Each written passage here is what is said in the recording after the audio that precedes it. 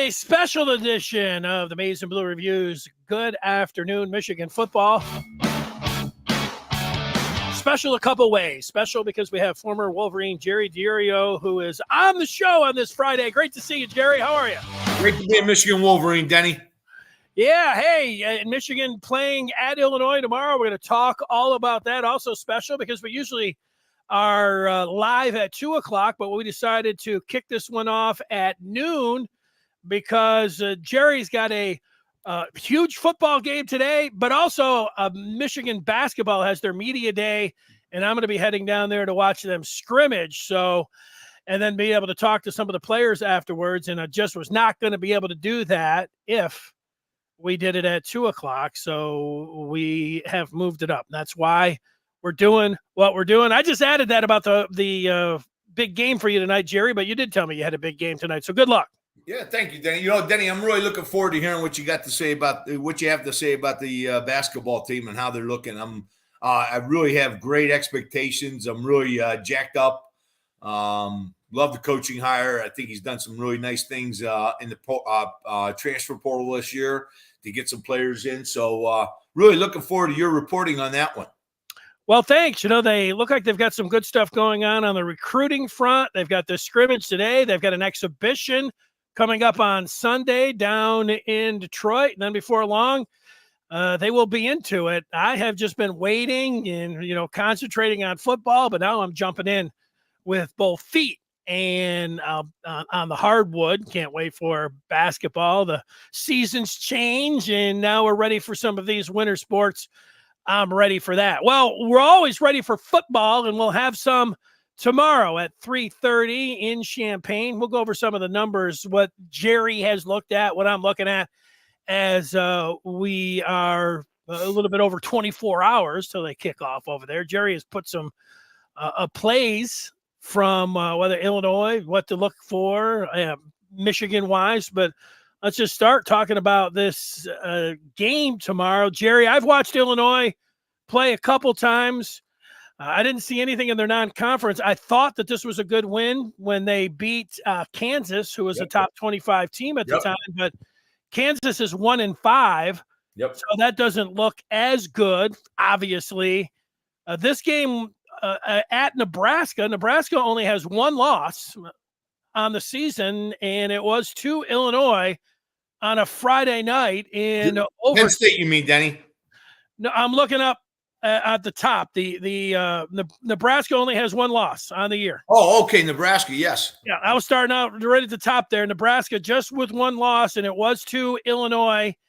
That was a Friday night game. I watched that. Illinois was getting, double-digit points in that game and shocked Nebraska. That game against Penn State that you're talking about, I watched the first half. Illinois was right there. They had the ball down.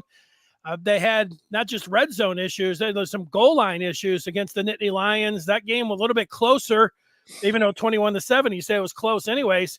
They had their chances in Happy Valley. And then last week, I didn't watch any of the game, but I picked Illinois minus 22.5, and it was 27-3. I checked my phone early in the third quarter, and I said, I'm ready to cash this ticket. Yeah.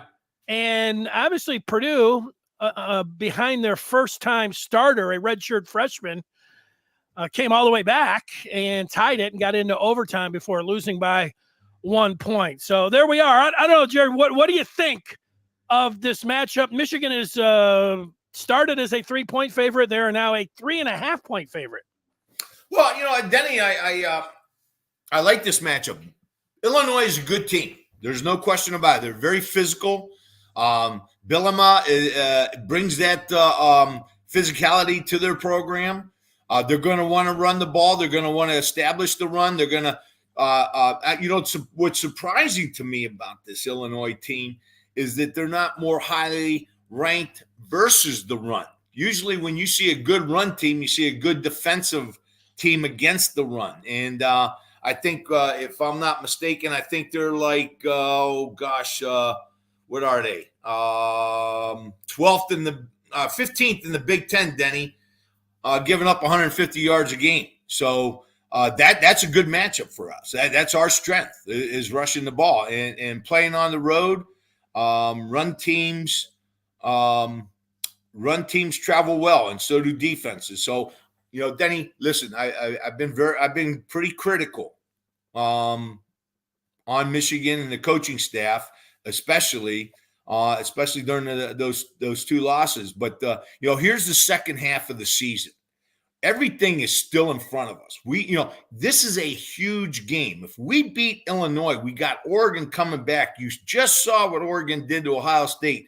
It is very difficult to go to the West Coast from the East Coast and vice versa. I think the only team that's won on the road in those circumstances is Penn State against USC in the Coliseum. Other than that, if we can get this victory against Illinois, we have our entire season in front of us, and we can do what we want.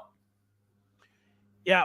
When I look at Illinois and Michigan, they remind me a little bit of each other in that both teams just went over some of the, last week, Illinois was really good in the first half.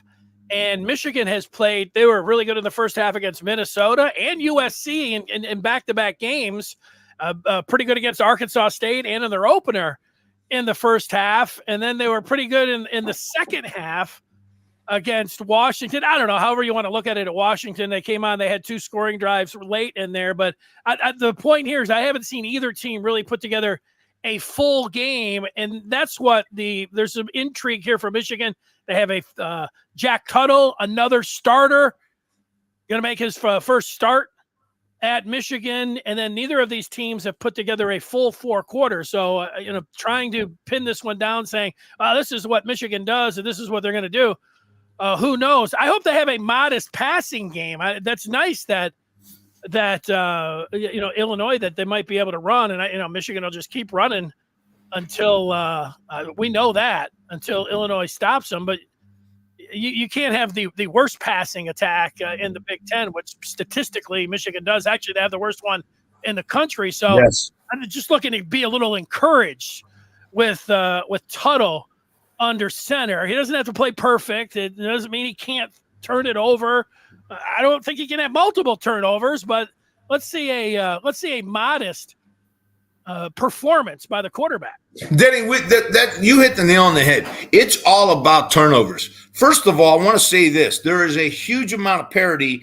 It looks like not only in the Big Ten, but throughout college football. It's just very difficult to go on the road and win anymore, especially when you're traveling great distances. And so there's a lot of parity, and there's a lot of season left. There's nobody punching their tickets right now saying we're going there and we're going here. And no, there's a lot of season left.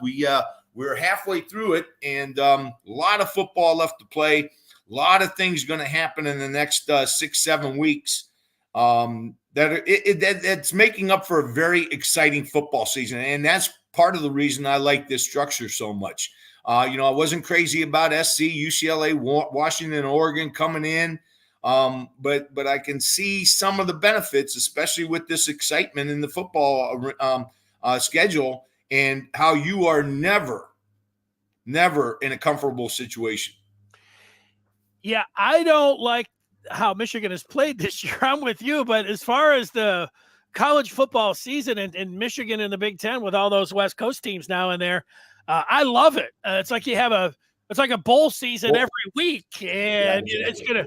In the early going, we kind of got it because we're used to non-conference, the first 3 games getting that. Sometimes they push Michigan a few years ago, had Notre Dame like in the middle of the season. But for the most part, you're getting into the conference season and you're used to it. Even if you like, ribs, hamburgers, and pizza, if that's what you're, eating for 25 years straight, and then somebody slides some sea bass in there, it's pretty wild. And so that's the way I'm looking at it. It's a lot of fun, Jerry, all of this. And even in the SEC with bringing in Oklahoma and Texas. And they got Texas that, they're playing tomorrow against Georgia. That's great. I love it. Now, it would be – I'd love it more if Michigan, was in the mix. But they've got to win this game tomorrow if they feel like they can, get some momentum. Then it feels like they might be able to get some momentum by possibly downing Michigan State. And then we can start talking about, hey, what if But I think the first what if is this hurdle tomorrow in Champaign. They got to win this.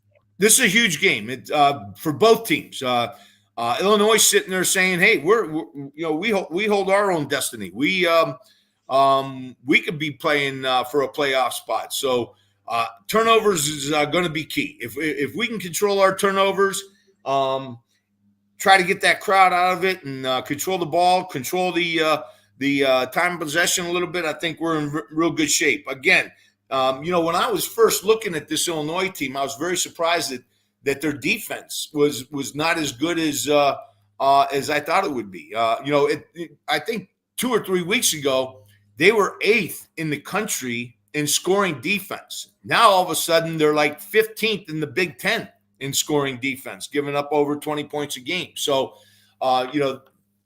it goes back to what you were saying earlier, Denny, that their schedule, it looked like they were going to play Kansas, and that was a big game, and that was a tough game, and Kansas ends up being 1-5 at this point in time. So they struggled against Purdue and played well against Penn State, but still came up short. Huge game. Both teams have their entire season in front of them. Their destiny is in their own hands. That's where you want to be. And big game tomorrow. Huge game.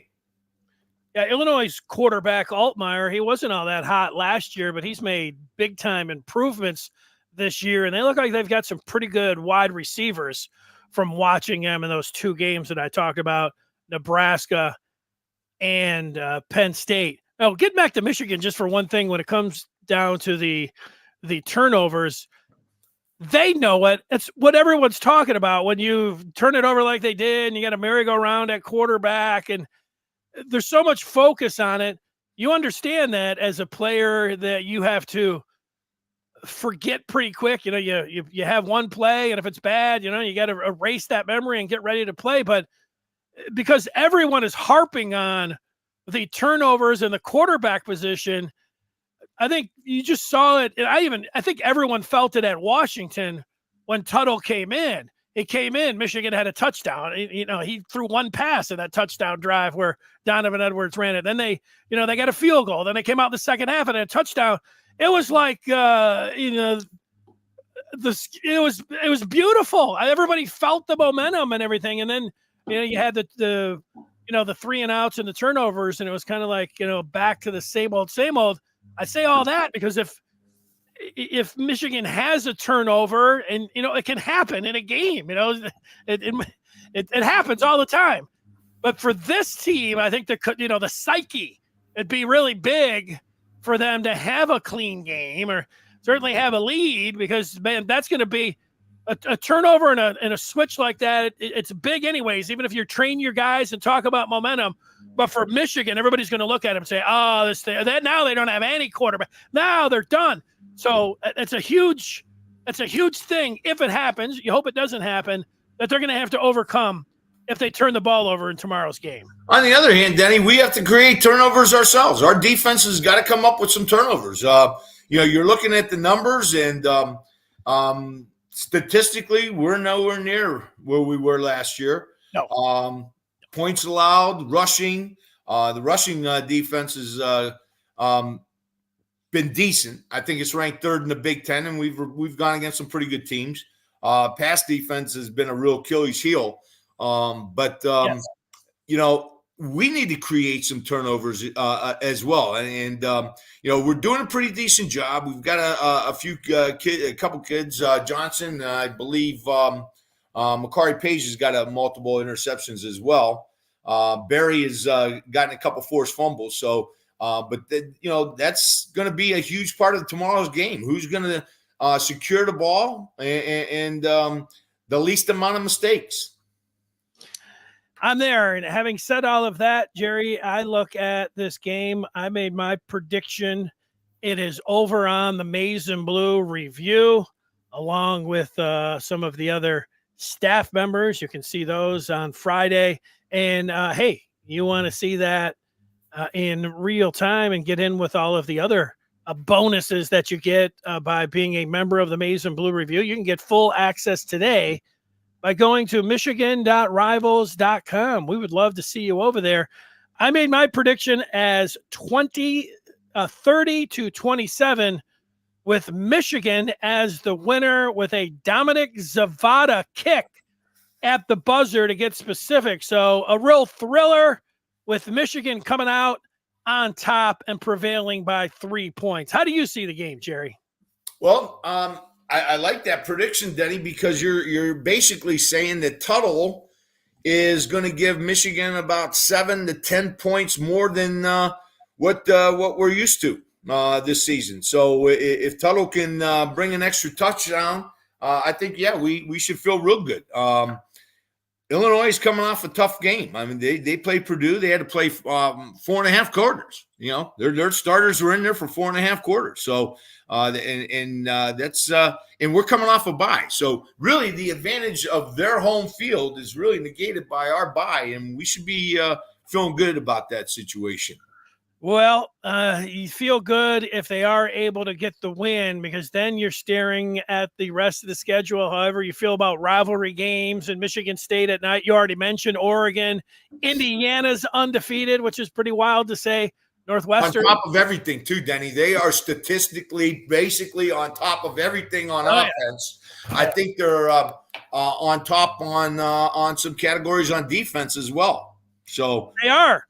Now, you could look at their schedule and say, well, have they really – but, you know, at this point, I mean, when you're halfway through the season – doesn't matter. You know, right. We'll see, you know, and they're playing a one-loss Nebraska team. Indiana's at home. They're a 6.5-point favorite. I'm picking Nebraska in that game, so we'll see. I think I think that's a good pick too, Denny. I think Nebraska, but again, this home field advantage is really throwing some monkey wrenches in there. But I like that Nebraska quarterback. He's very good, and they've got some weapons to go around them. And I'll tell you what, Denny, that defensive line at Nebraska, those two interiors are studs. They are difficult to run against, and that's going to be a real test for Indiana. Jerry, any thoughts about Champaign Urbana as a player? Have you gone over there? Hate it. Hate it, Denny. Okay. Oh. Okay. Why? Why do you hate it? Well, my junior year, we went in there and beat Illinois in Champaign and ended up being the Big Ten champions and went to the Rose Bowl. The following year, my senior year, which probably was a better team, player for player, we went into Illinois and got beat 16-6. And Illinois ended up going to the Rose Bowl, and we ended up going to the Sugar Bowl.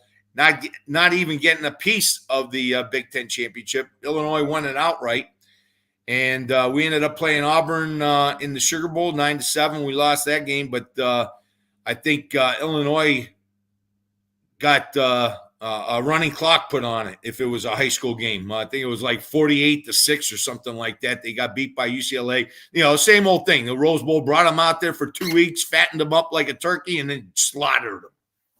What was Bo Jackson playing for Auburn in that game? Bo Jackson was playing for Auburn. Denny, it was one of the great defenses, game plans and performances I had seen ever. Scar was huge in that game. I think he forced a fumble on a punt in that game. But our defense played outstanding. Bo Jackson never crossed the goal line. We got beat by El Greco's 3 field goals, 9-7. Del Greco. And Triando Marcre stepped out of bounds as the clock hit 0.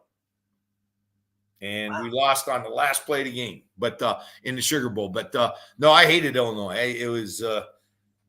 I hated it. Crowd is they're not right on you. That was the nice thing. If I remember correctly, the crowd wasn't right on you, but it can get hostile. It can get to be a hostile place. I went there once. It was Drew Henson's first ever start for Michigan, and Henson was great in that game. He's throwing bombs too. David Terrell, Michigan with a huge win. It was pretty awesome. I remember walking up and looking at, I think it's called Memorial Stadium. Who knows what it's called now, but it's a pretty cool looking place from the outside. But when you get in there, it's nothing special like what you're talking about. So, and the press box wasn't anything special either. Nobody cares about that. All right, Jerry, you want to look at some things that – I just got a couple plays real quick, Danny. We're going to take a look at just a couple things to just see what their linebackers are reading, what probably what the Michigan coaches are looking at and game planning around.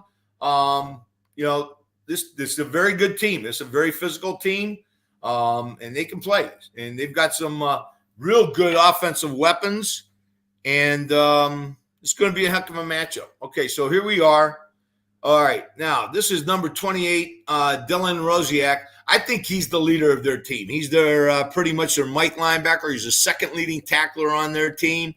Now, if I'm watching this film as a coach, I'm trying to see, and this is a great play here to tell me what the linebackers are looking at. Denny, the T formation teams in high school, and I know I keep going back to it, but just give you some perspective. T teams in high school will always false pull early in the game just to see what your linebackers are looking at. And this play right here shows the offensive line going to the right. And let's take a look at this play. Let's see what happens here. The offensive line's going to the right. Where's that linebacker step? He's going with it. So now I got a feeling that linebacker is keying this guard through to this back. By this one play, by pulling this way and coming back this way, I can tell now I got an idea that their linebacker is reading guard. Why is that important? Because now I can see what my influence pulls are going to do to this linebacker and how we're going to be able to get our guys out in space. Does that make sense to you, Denny? Yeah, it does. Okay. So there, that's why you run those types of plays to see what the keys are for the linebackers, and that way you can start really game planning. There's a lot of game planning that goes on during the game. Everybody thinks all the game planning is done before the game, and yeah, most of it is. But when you get to the game, you're not completely sure what they're keying or where they're going to line or how they're going to line to stop you. And so during the game, that's when you make those adjustments, and that's a huge way to be able to do this. Here's another example of this, Denny. Here you have, we used to call this diamond or inverted bone. Do you see the inverted wishbone here? Yes, I do. Okay. All right, great formation. And the reason is because you can go both ways with your run game. You got lead blockers for your quarterback if you had to, and it's hard to line up to. Here you go. Purdue is sitting here with 5.5 versus 5 on the boundary side. So let's count them. 1, 2, 3 with the guard, 4 with the halfback. Remember, we count these guys as half. The center is a half, the quarterback is a half, and the running back is a half. So you got 5.5 on this side. What does Illinois have? They only have the 4. 1, 2, 3, 4. He is on the opposite side of the center. So now I'm lined up, and I can see that I've got numbers over here. Watch what I get out of this play. By both running backs going here, that tells me what these linebackers are reading. And by the way, now we're going to pull away from the running back flow, and we're going to be able to create numbers. And that's what Purdue did to them right there. They basically said, okay, we're going to find out what you're keying. And here are those linebackers. You see these two linebackers right here, Denny? These two guys right here? Watch them key the backs and mirror the backs' movement. You see it? Yep. And then you got the other side with the guard tackle pull. You're basically replacing 2 with 2. The guard kicks out. The other thing I see on this play, especially if I'm Michigan, this guy right here is not playing real hard hands-on. You know what I'm saying, Denny? In other words, this tackle is able to get down on this linebacker very easily. Does that make sense? And this guy is not spilling the play. He's not trying to force this play to bounce and go outside. So what happens is the Purdue guard gets inside and kicks him out. Not a particularly great angle, but the way this outside line defensive end is playing, It gives the offensive guard a great opportunity to kick out and a hole for this backside tackle to get up in through to pick up the linebackers. And that's what happens. The defensive end gets kicked out, and the tackle gets up inside there. The two backs go away. The tailback is right down the midline, and he gets to pick his way. And he picks it right down the gut, the straightest point with two paths. They don't clean that up. So, Donovan Edwards will take that to the house from anywhere on the field. Maybe Mullings too. Well, that's what I'm saying, Denny. This right here is so key. I know right now that I can kick this guy out. I'm running power. I'm running counter until they stop, because I don't think they're going to be able to stop. See how fresh this guy is coming down? He is not even touched. He's not off his path, and he's on the linebackers. One thing defensive coordinators don't want to see is offensive linemen with clean shots on linebackers. And that's why this technique right here, questionable. He's not getting his hands on. He's not spilling it, and the linebacker can't climb, and they get right down the gut. And you're right. That's part of our strength. That's what we have to do against Illinois this week. Okay? That's one of their leading tacklers for tackles for loss. Not 23, but number 9. Defenses, this defense can be it can be scored on. It can be run on. All right, this quarterback is real good. Altmaier.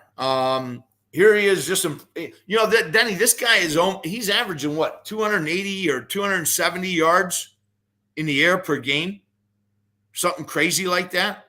Yeah. Let me see what the stats are here, real quick. And he's I think he's rushing for 40 yards a game.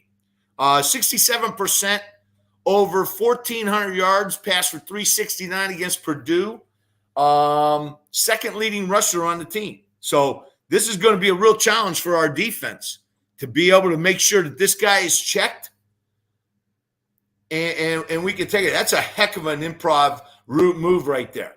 I mean, he's drawing that defense up. Last second, throws the ball. Big play for him. So this quarterback is very good. They seem to like this bender play on the goal line, Denny. That's why I was wondering. I didn't get the chance to see the Penn State-Illinois game, but Illinois and Bielema's strength has always been in the red zone and finishing drives and putting it in the end zone. And that was kind of surprising to hear that Penn State kept them out with favorable position. But here it is. All this is inside zone, and the running back is just going to bend it back to where the hole opens up. Linebacker doesn't get in to fill, and the running back fills it right behind him. He overscrapes it. Touchdown. So, and their best running back did not play against Purdue. Their leading running back did not play against Purdue.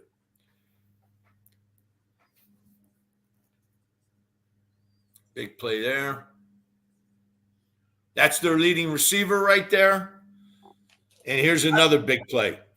I like the receiver. I don't know how this kid held on to the ball, but this was a huge play in the game. I don't understand. I'd like to see the replay on that one.